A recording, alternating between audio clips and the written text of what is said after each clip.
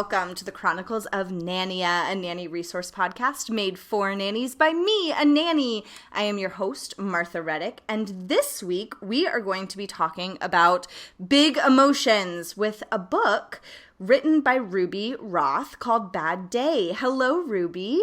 Hi, thank you for having me on this show. I'm so pleased to connect with you.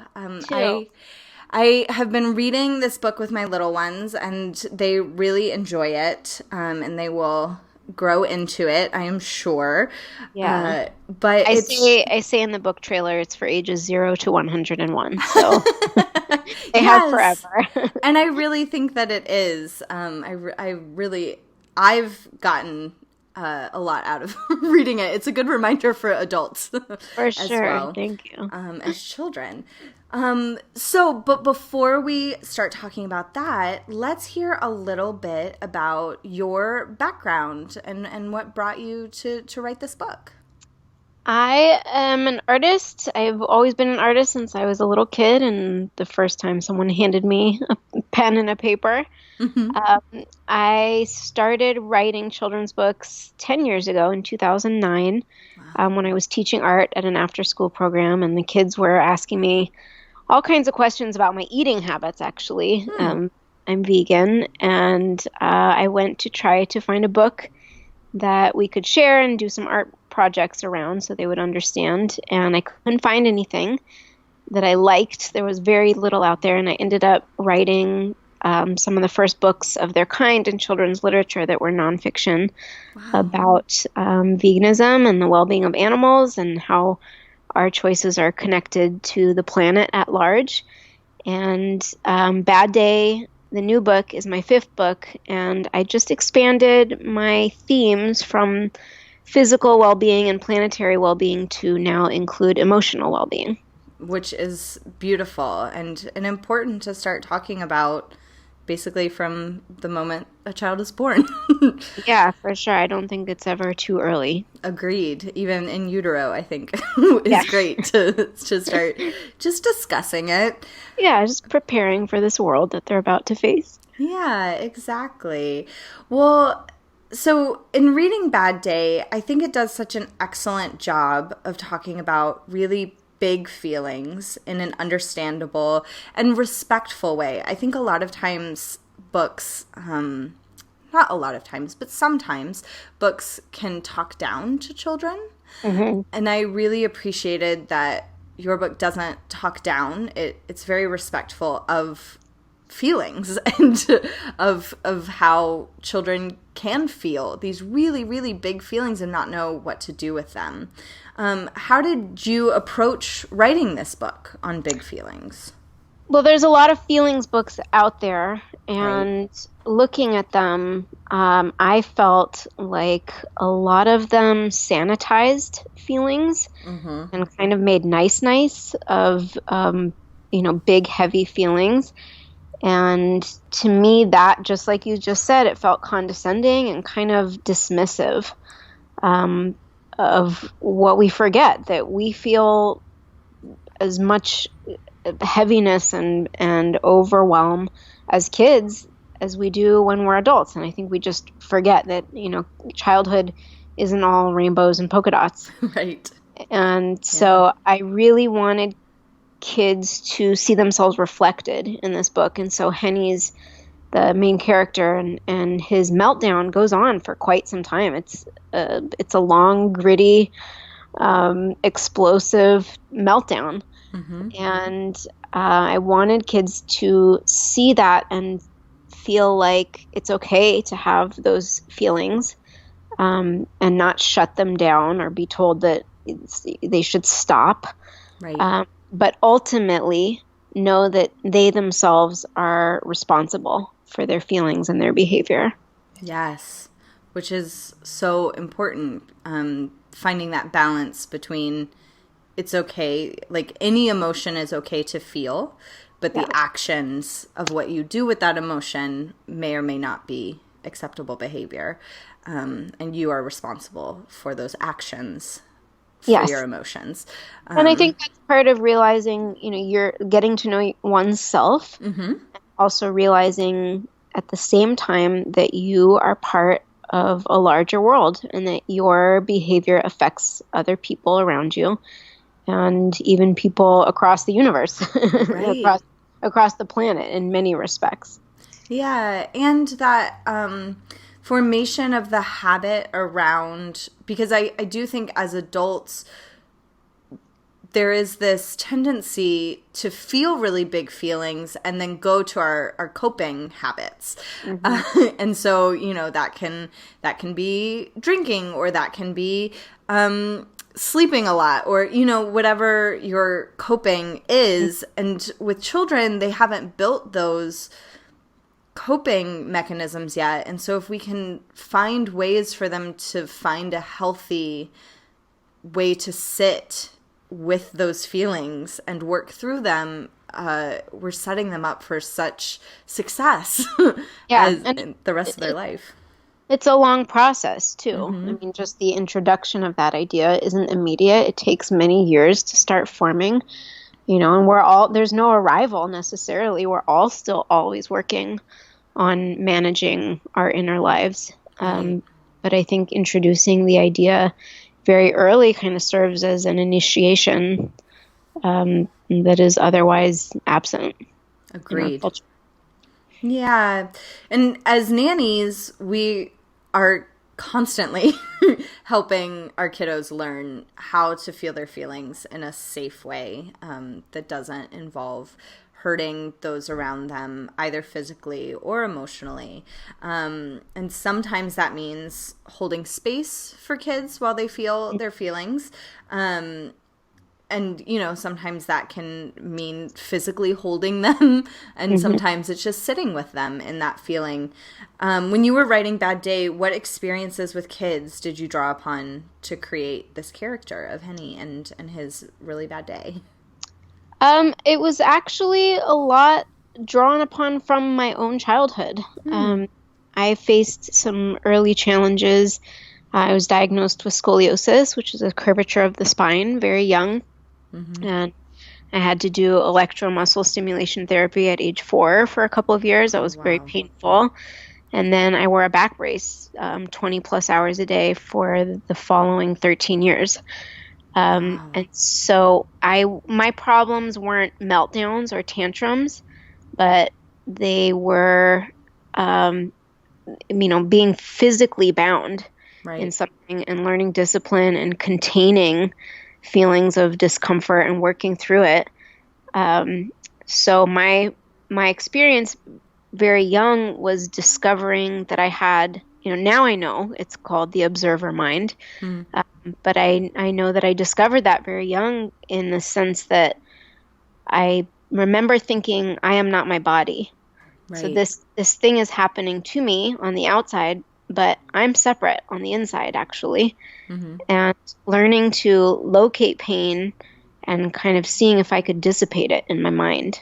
And so I sometimes I was able to do that, even if it was for a moment, just kind of like scan my body and find it and go into it.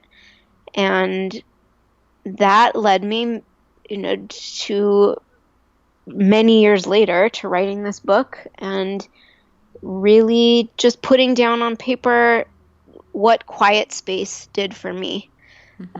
And that was my refuge, and that was my coping, was to go into it, whatever it is, the pain, the discomfort, and the anger, to go into it and to find that there's wisdom in there.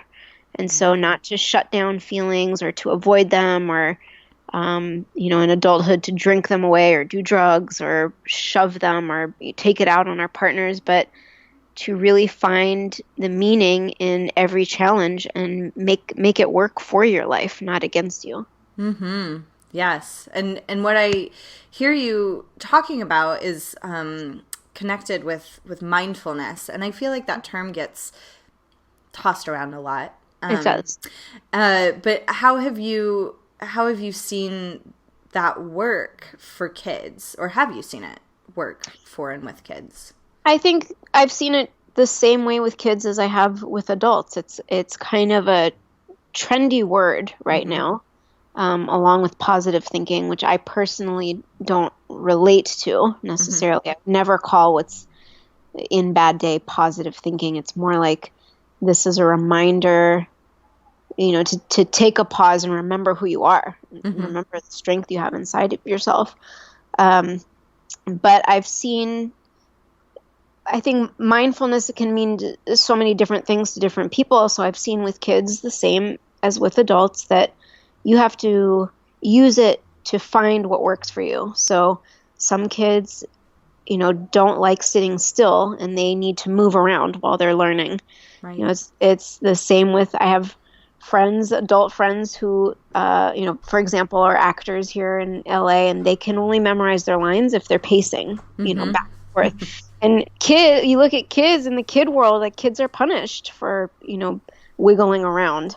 Right. And they're told to sit still, and some people need to move. So, mindfulness for me is quiet and just stillness and going inside my body and my head to scan what's going on.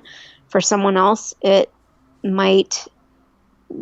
having mindfulness might mean that they realize they feel grounded when they're drawing, right, or they're dancing, or when they're in jujitsu. It can take many forms. So I think a lot of times people can think of it as like a yoga meditation, but it's not necessarily that. It's, I think, just taking the time to get to know yourself. I more relate to the words, the ideas of emotional intelligence than mindfulness specifically.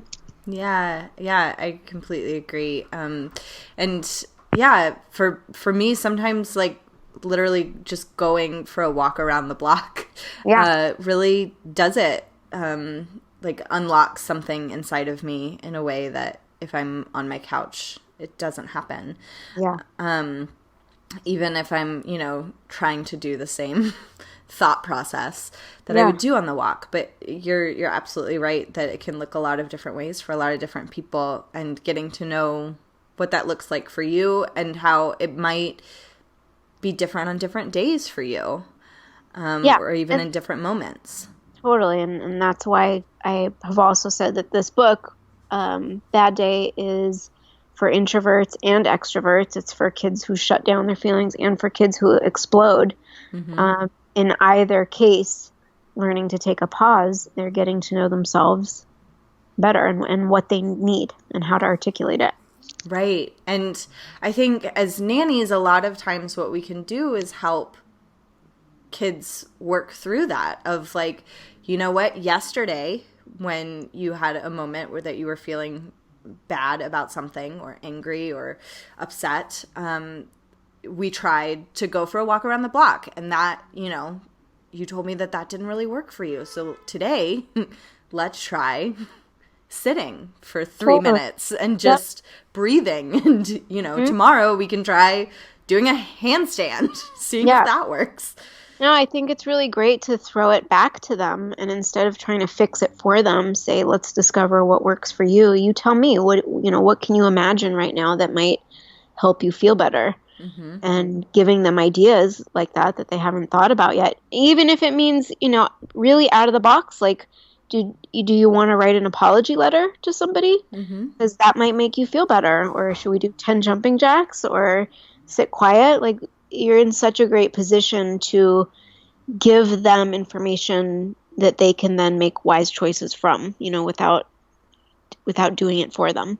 Right. Yeah. I talk all the time on this podcast about how as nannies, we are so lucky that we have the time that classroom teachers don't necessarily have. Parents sometimes don't have, they're coming home from work, and a lot of times it's like, we have to be in bed by 7 and I got home at 5:30, and they're on this like really tight schedule, knowing that if they don't get to bed by 7, then they pay for that the next day. And so, but as nannies, we are given the privilege of time. And so what we can do with that time can be really beautiful. A lot of times when I'm interviewing or talking with parents, I say, I sometimes will bring in lesson plans, but a lot of times my job is going where the curiosity takes us that day. which doesn't fit in with a lesson plan, you know? Right. Yeah. We've stared at a rock for 30 minutes before.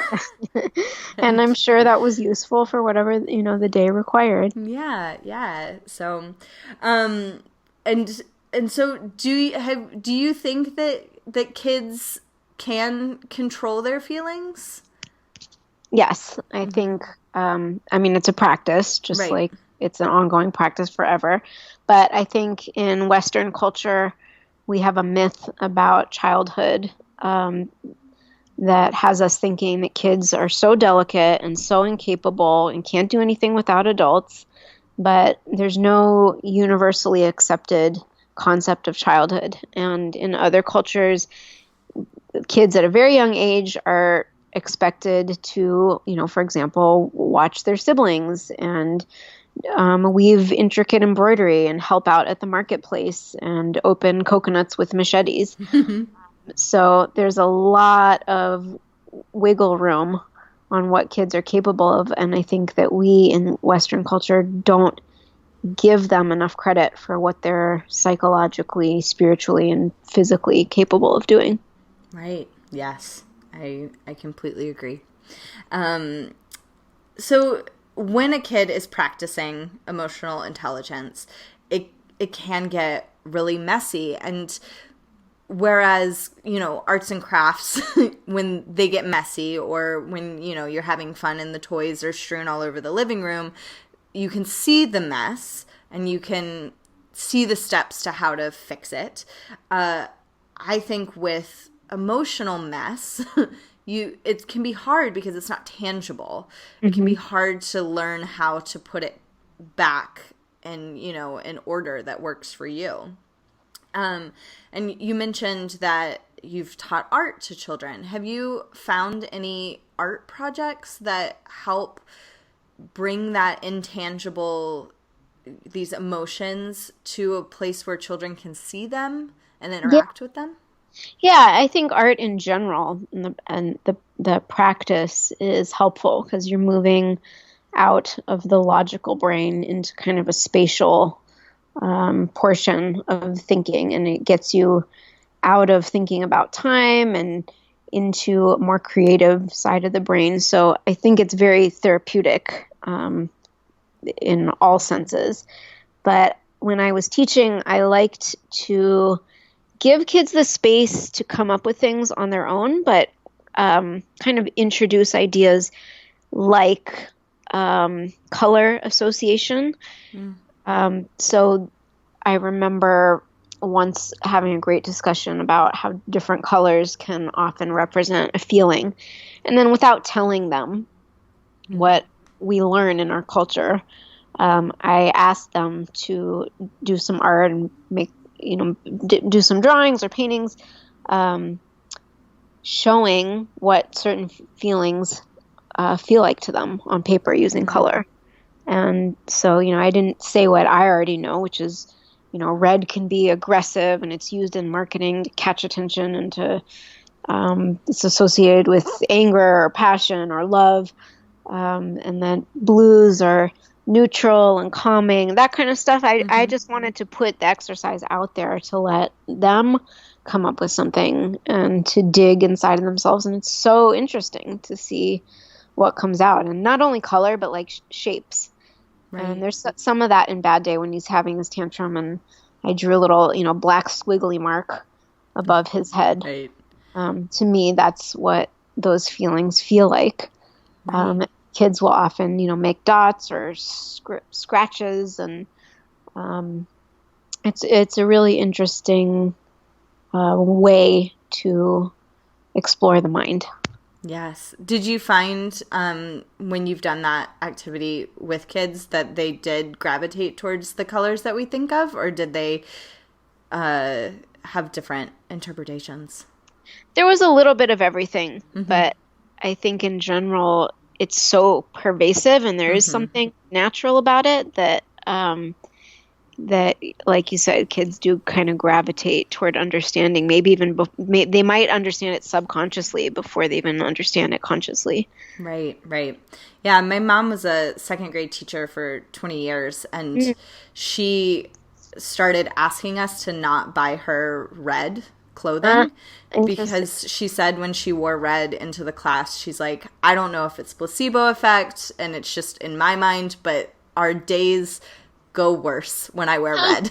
How interesting. Yeah. And so she was like, please, when you're thinking of clothing to buy me, take red out of my wardrobe for me. Yeah, she was inciting the bulls. Yeah, exactly. And they can be scary. Yeah, so I've always thought that was interesting that she picked up on that. Yeah. Sure. But yeah, that's a great exercise to do with kids. I think that's so fun. And even my kids are starting with language and playing with language, but even just in finger painting, when they draw on the page and they see the mark that they've made, their eyes light up. It's so it's so fun. Yeah. It's very primitive. I mean, we've done paintings since we lived in caves. Mm-hmm. It's in us. It is. And as adults, we certainly have bad days too. Which, if you are listening and you haven't listened to the wine pairings episode, that is, I got a bunch of stories from nannies, and then I had a friend that's a sommelier come on and say what he recommended you drink after your bad day. So that's a good episode to listen to for fun. But what have you found to help you work through a bad day so that you're not taking it out on others? Sometimes it's drawing for me. That's very grounding. To go sit and just not expect anything, but just see what comes out. But as a general practice, I know now that just sitting quietly and just literally nothing. Like, I know some people in my life, they don't understand that. They're like, what do you mean just doing nothing? And it's something that I absolutely need. Sometimes as an introvert, sometimes, like, if I go to the farmer's market and I'm there for, the morning and doing stuff and around a lot of people, I need quiet in between that activity and whatever the next thing is. So I've determined already that that's what I need. If something's bothering me, I can pretty much rely on finding an answer if I sit quietly and just do nothing. No phone, no TV, no books, no nothing. And just sitting and scanning my day, scanning people who were in my day, and locating, something. If something's bothering me, I can usually go through and locate when it started. And sometimes I'm not even aware that that's something triggered a bad feeling inside of me earlier in the day, and I've been kind of perturbed all day. It's been like an undercurrent of disturbance. Right. But just realizing that and going, oh, that's when it started. Oh, I've been carrying that around all day. Okay, now I can give that a little attention and, maybe clear it, or just realize that's where it started and just sit with that for a while. Mm-hmm. Yeah, and I do encourage anyone listening who doesn't have a ritual around a bad day, or has a ritual that they feel isn't serving them anymore, to really check in with yourself and search for that ritual and be grateful that to what your coping mechanisms have been, because they've gotten you this far. You can be grateful to them and then let them go. But yeah, I do encourage, because as nannies, if we go in to our job without emotional intelligence, it can be really, really hard on everyone involved in our job. So that's a wonderful example. For me, a lot of times it's sitting and reading a book, getting lost in a story, really will help me. And a lot of times in getting lost in a work of fiction in particular, I will find what is going on inside of me through a character. And that's, I was an English major. That's my relational way of figuring it out. Yeah. And I'm so glad you said, like, if you're looking for something because your go-to isn't working for you anymore, that's really real too. Sometimes something happens and the feelings are so strong that your normal go-to isn't going to do it. Right. And to not give up on it, but maybe it means you're completely exhausted. And I know often someone will say, I don't know what's wrong with me. I'm just so, I'm so tired. And the answer is, you're just so tired and you need to sleep. Right. There's nothing wrong with you. You're maxed out, and maybe that needs to be your go-to for a couple of days. So tuck yourself in a little early and, just pay attention to the shifting needs of your own body. Right. Yeah. And, a lot of people that have chosen to be a nanny as your career are givers. And so sometimes we give more than we can actually handle giving. Yeah. So I just encourage you to look for ways that you can better serve yourself and then serve others by serving yourself. True. And we are creatures, just like other animals, we like novelty. And so the novelty of trying something new can sometimes shock the body and the mind into new behavior. Yeah. And I have found that in having conversations with kids and throwing it back to them, coming up with some ideas ahead of time, but asking them what they think that they could do with a bad day or with big feelings, that they help me discover, new things. Like the handstand thing was an idea that a kid had. He was That's like, really genius. I think I want to do a handstand. And I was like, okay, let's try that. That's actually, that's incredible, because biologically, when you turn your body upside down, you're de-adrenalizing. And so he was instinctually feeling that. Yeah. And so just kids are incredible. I love my job. Yeah, great. Yeah. So, is there anything else that you'd like to add? I want to connect with people. So please get in touch with me and let's follow each other and be a bigger community around the world. My other books are in the vegan space, but they're made, particularly one is made for everybody. It's a plant-based cookbook. Ooh. So I just encourage everybody to get in touch and check out my other resources.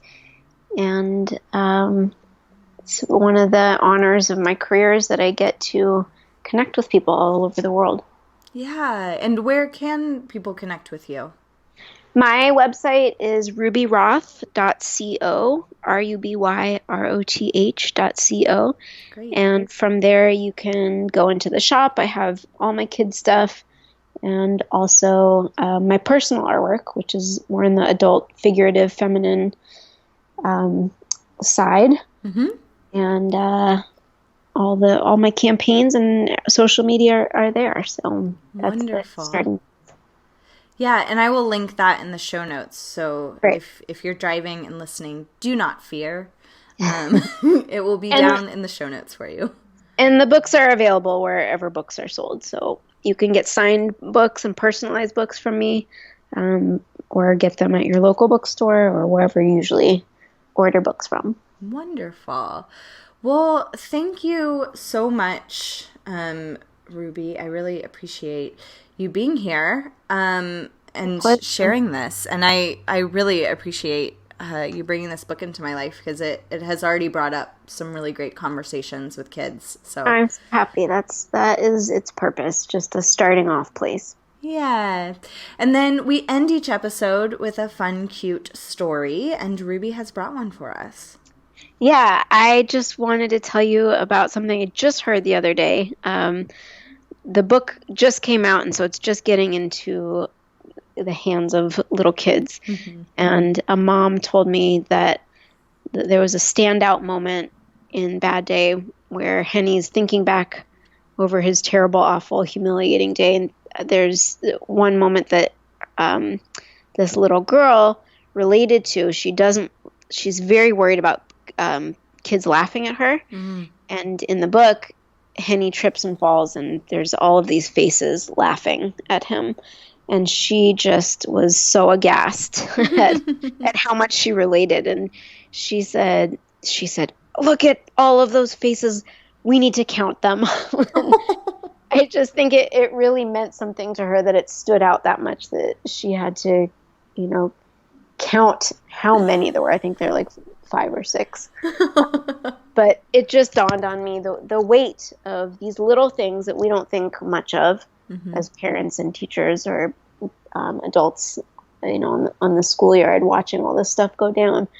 But it can be really heavy to a kid. And so I was really happy to hear that moment that she related so much to and could see herself in the book. And I think that moment of relatability opens a kid's mind to the rest of the lessons that are in the book.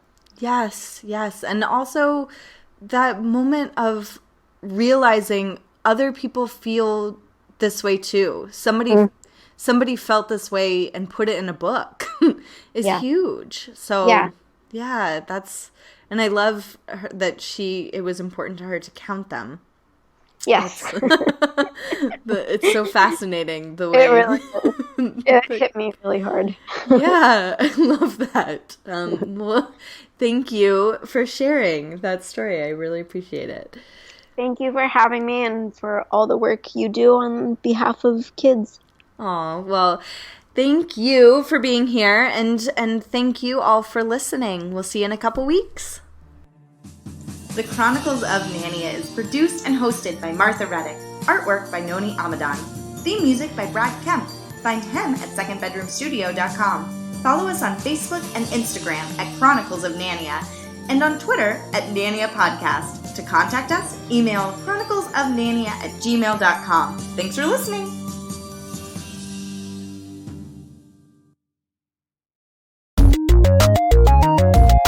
This show has been brought to you by Machine Culture.